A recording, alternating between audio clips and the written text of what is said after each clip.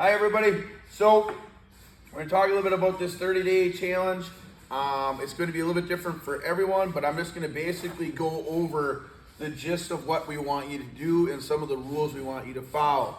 What I'm going to describe this as is I don't like using fasting or intermittent fasting as the word, because as soon as I say it, people think they're starving themselves. That's just the opposite.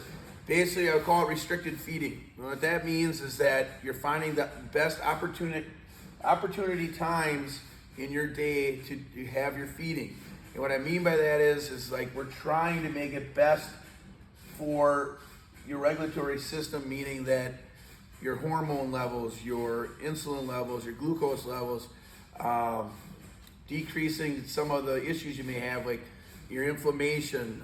Some of you may have some autoimmune diseases that we might be dealing with.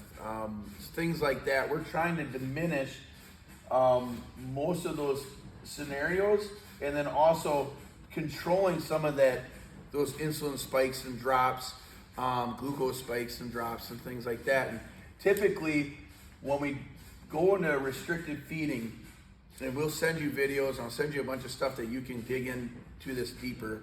Depends how nerdy you want to get with it. But you'll have all that info. But basically when we go into these windows, it's a little bit different than we typically do. You know, most of us kind of will get up, we're typically people that think of, breakfast, lunch, dinner, right? That's kind of what we think of as a day that we typically would do. Problem with this is we wake up, let's say we had 6 hours of sleep, maybe 8 hours if you're lucky. If you're me, you're not getting either one of those. But let's say you had 6 or 8 hours of sleep. Your body might have fasted in that time frame maybe 4 hours, okay? Because if you're like me, I eat before I go to bed because it's a horrible idea, but I do it anyway. But the problem with it is that I'm still breaking down food almost by the time I wake up, so I really didn't fast at all when I slept. Even people think like, oh, I was sleeping, I'm fasting. Not really, because your body is still working to break down all the food that I just shoved in my mouth before I went to bed. Worst case scenario to put yourself through. So that's not a good idea. Then typically we get up and Matt says, oh, I got to eat breakfast. Well, now I'm really not fasting anymore, and my body's still trying to break down all the processes. Then we go to lunch, then we're still trying to break it all. Then we go down to dinner, we're still trying to break it down, and then we have a snack before bed, and then we're still trying to break it down, then we get up and we do that process all over again. And mind you, that's meaning if we didn't have a beer here, or an alcoholic drink here, or we didn't have a shake here, or a soda here, or those are all foods too, because they're calories, right? So what we're trying to do is eliminate that. And what I've found, and with the experience I've had over time, is with a lot of different diet strategies, or calorie counting, or keto, or macros, counting macros, or whatever. There's a bunch of different things out there. And not that there's anything wrong with any of those, because some people have had some really great experiences with them. But reality is that every one of them is going to control your situation with your foods. You're controlling what you're doing. Hence why people track. It's controlling the outcome. No different with this. I'm trying to control the outcome by putting you in a window, per se. A 6-hour window, 7-hour window, as you'll see.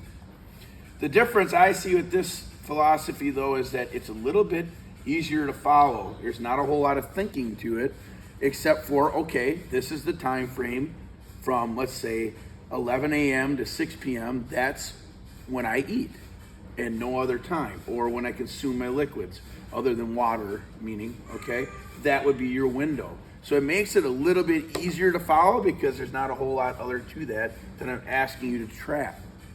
Now, the other part of it, as we go further into it, and you'll see in some of the other literature that we send you, there's going to be food choices we'd rather you have. Because obviously I'm not going to say, oh, well, as long as you eat in that 6-hour window and you have cake and soda and beer and whatever else, you'll be okay. Not the situation. Although a lot of studies have shown that not even with the best choices, people's bodies reacted a lot better, and inflammation went down, fatty tissue in the liver went down, their insulin levels were back to normal, the glucose wasn't spiking as much as it was before. So it actually still, if you go within that window that I was saying, there's still some great results. But how is it going to go? What should we do? Well, first rule is when you wake up, okay, you're not going to eat. You're going to wait at least 1 hour or more. Okay? Before bed, sorry, I can't write this the best like this. Before bed, you want to eat 3 hours before. Okay? So at least 3 hours before bed, and then 1 hour at least after you wake up to have for your feeding window. There's a lot of reasons for that, like I kind of explained earlier with me eating late at night and going to bed right away. Not a great scenario, okay?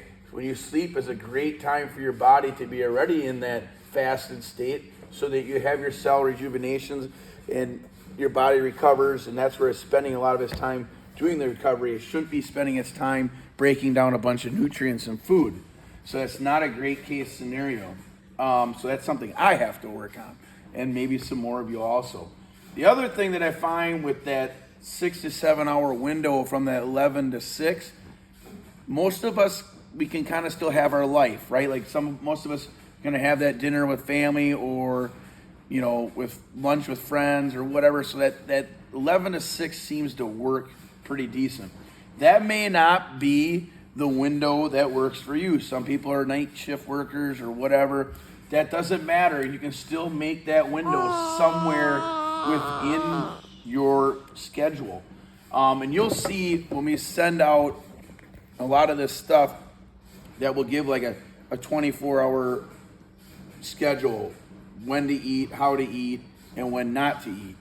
So, and there's also like a 16. I don't agree with anything less than a 16. And what I mean with 16 would be like a total of 16 hours fasting. If you're sleeping for 8 hours, whoop-de-doo, you already got 8 hours in your fasting. That's already over. Then you just have to find 8 hours in the rest of the day where you're not consuming something, which is really not that difficult, okay? 24, that can be a little bit more stressful, and I wouldn't recommend that for certain individuals. I wouldn't recommend a 24 for women, especially long-term. In the beginning, if you want to, that's totally fine. 1 week, 2 weeks would not cause anything, but after that, I would definitely drop down to 16 or less. Not going to get too far into it, but that has more to do with hormone levels, and it gets a little bit deeper than that. But I would not suggest that for women at that point, okay? I also would not recommend that for somebody, if I don't think we have anybody in this group, but if we have somebody that's really trying to be really high in fitness and worried about their performance, I would not have them do 24 either. They would stick in that 16 deal, okay? And basically what that means is just that you're fasting for 16 hours. Remember, that means that you're still getting, you know, if you're getting 8 hours of sleep, you're only really fasting for 8 hours. Because when you're sleeping, that's the easiest time. You're not even thinking about it. So 16 seems to be the easy one. So if you went, let's say we wake up, we can have, let's say we like to have our coffee. That's fine. That's going to be okay. Or water, you know, water is going to be okay through that whole part too.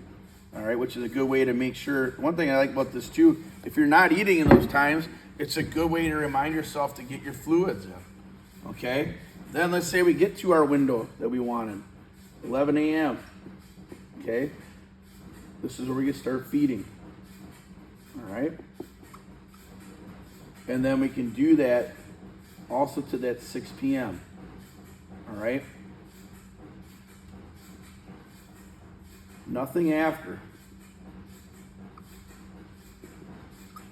And that's how you would start, ideally. This isn't going to work for everyone. Like I said, there's some of you that I'm going to have to work with. Ideally, this would be perfect. So you're not starving yourself. You're still going to get the same amount of calories in no matter what. If you did it something different, if you had to follow a different plan. Matter of fact, you can still follow your macros. You just got to do it within this time frame. And that's what I'm trying to look for, is that you're in the right window of feeding time. There's a lot more to it with doing it in sunlight. There's so much more studies to show you why this works and why it's better for you. One of the studies was with mice, and I'll just go through real quickly. They had a bunch of them in there where the mice could eat whenever they wanted. There was ample amounts of food. Basically, the mice ate whenever they chose to. And then the other mice, they only fed them in this window. The mice that got to eat every day got very, very lethargic. They put on weight as a result of it. They also were high arthritic, more inflammation, obviously. They also got more fatty tissue, and then they had a mortality rate that was a lot worse, okay? The ones that were restricted to these certain times didn't have any of those issues, lived longer, and actually were much more active, which I thought was kind of interesting, that they had more energy than the ones that were feeding whenever they wanted to. So there's a lot of reasons to this, and what I'm trying to tell you guys, like, if you are that person that just kind of feeds whenever, and you feel like, hey, I'm not getting anywhere, or maybe you're eating right before you go to bed like I do, which that's something I got to clean up. It's definitely a problem. There's a lot that we can do to fix these issues by just going with this. So to not complicate things with what you need to do right away, is just try to stick to a couple of rules. What am I trying to do? One thing that I agree with, after waking up, I like to have a little coffee, gets me a little energized, that's just my thing. Then through the day, water, okay? And then at this 11 a.m. time, my first thing I'd be thinking about is getting a good source of protein. That's probably the most important part, because most of us don't eat enough protein. I'm not saying keto or all paleo, things like that. I'm just saying you want to get good protein sources. And so right away you should be looking at, when 11 a.m. comes around, where's my protein source? And hopefully that's something that you've got together at your house, or you're already pre-made, if you're big into meal prepping. Maybe you got some hamburger and some rice in a container. Great combination, carbohydrate, fat, and a protein. Mostly protein though, okay? So that would be a great little situation there. These are things we can send you. I'm just kind of giving you an idea, all right? And then maybe at 1 or 2 o'clock, I eat something again, and maybe at 5 o'clock, I eat something again, okay? That kept me in that 11 to 6 window, all right? So it's pretty easy to know what to do. It's just finding what kind of works for you, and figuring out what foods and how to get this done within this time frame. Protein right away, big deal. If you struggle with protein sources and you're not a huge fan, and you're more into not eating high protein foods, or you're not into animal foods, I would definitely recommend supplementing with a BCAA, getting some branched chain amino acids in there, especially if you're concerned about muscle wasting. Another big thing to go over, a lot of people will tell me when they're doing like restricted feeding, I hate to call it fast meal, restricted feeding, is they're like, oh, I don't have enough energy, or I get dizzy, or I get headaches. Well, that should give you a really big red flag that you have some really big problems with your glucose and with your insulin. And that's some things that we definitely need to make sure we change. There's some things that I can help you with as far as like salt intake and things like that. If you're getting dizzy all the time or headaches all the time, it could be just a salt and mineral thing, but more than likely it's just a change from your daily habits that are not good. So you should, after a week, be okay. If not, talk to me and I can readjust some things. But reality is like what you're doing right now obviously isn't working. That's why you're in this. A lot of you probably have some of the issues I'm talking about with your inflammation, feeling tired all the time, maybe even having headaches already, not feeling good already, right? This is not going to cause a problem for you to be unhealthy. I'll just get that out there so I don't have to hear about it from everybody. You're eating. You're not starving. You're eating. Matter of fact, you're eating for 7 hours, okay, if you want to. So this is not a starvation game. It is not cutting out all your calories. I don't know why people always think that, but if you really read and listen to what it does and what it's for, it is not cutting out food. Now, obviously, there's some extremism that you might read about, 24 hour, 36 hour. Yes, sometimes those things may be needed for very, very extreme situations. I don't think any of us are in that boat.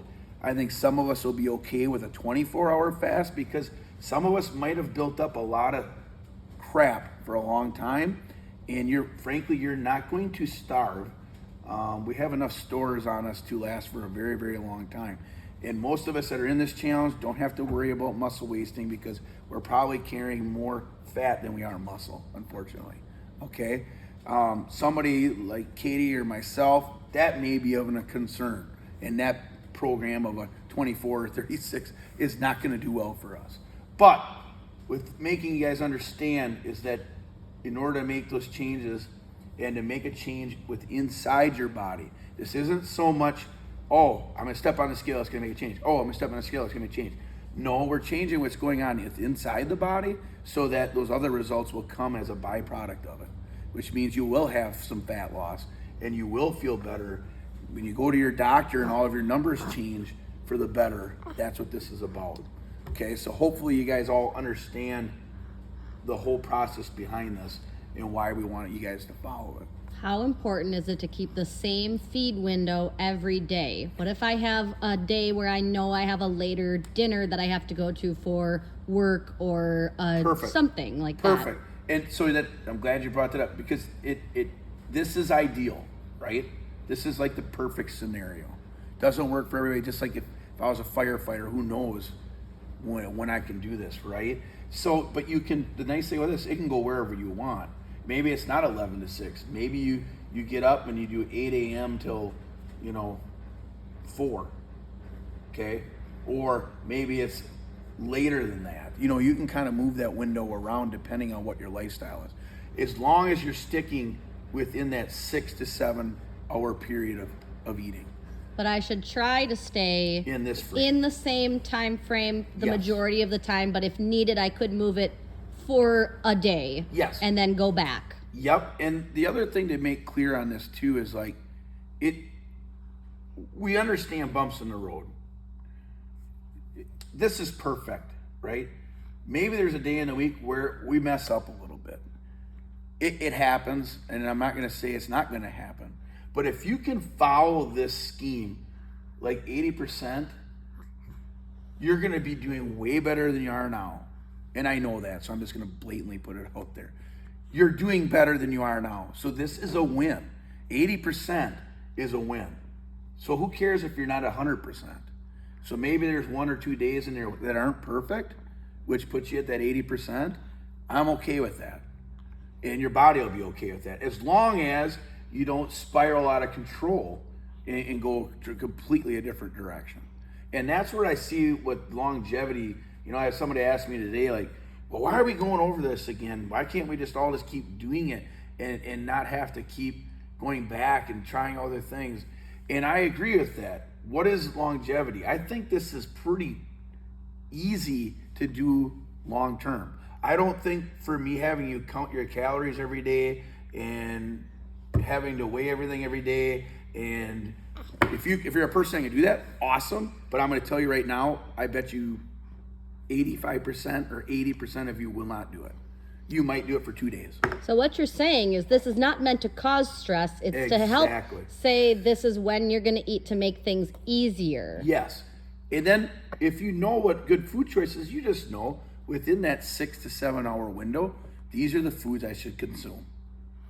Obviously I don't say, okay, I'm going to eat ice cream at noon and then I'm going to eat a donut at 5. You know what the good foods are, so I'm not going to give you a lecture. You guys hear enough about us telling you what you should eat. So like Katie said, this shouldn't be a stressful situation.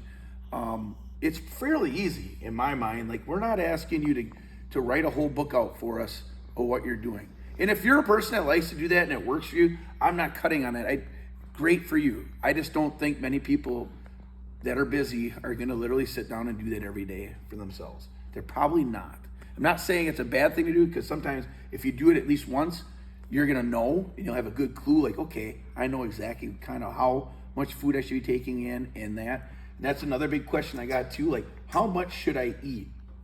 You do not want to eat till you feel like you're going to explode. This window doesn't mean once 11 o'clock comes, fill your face completely and can't move. That is a very bad idea.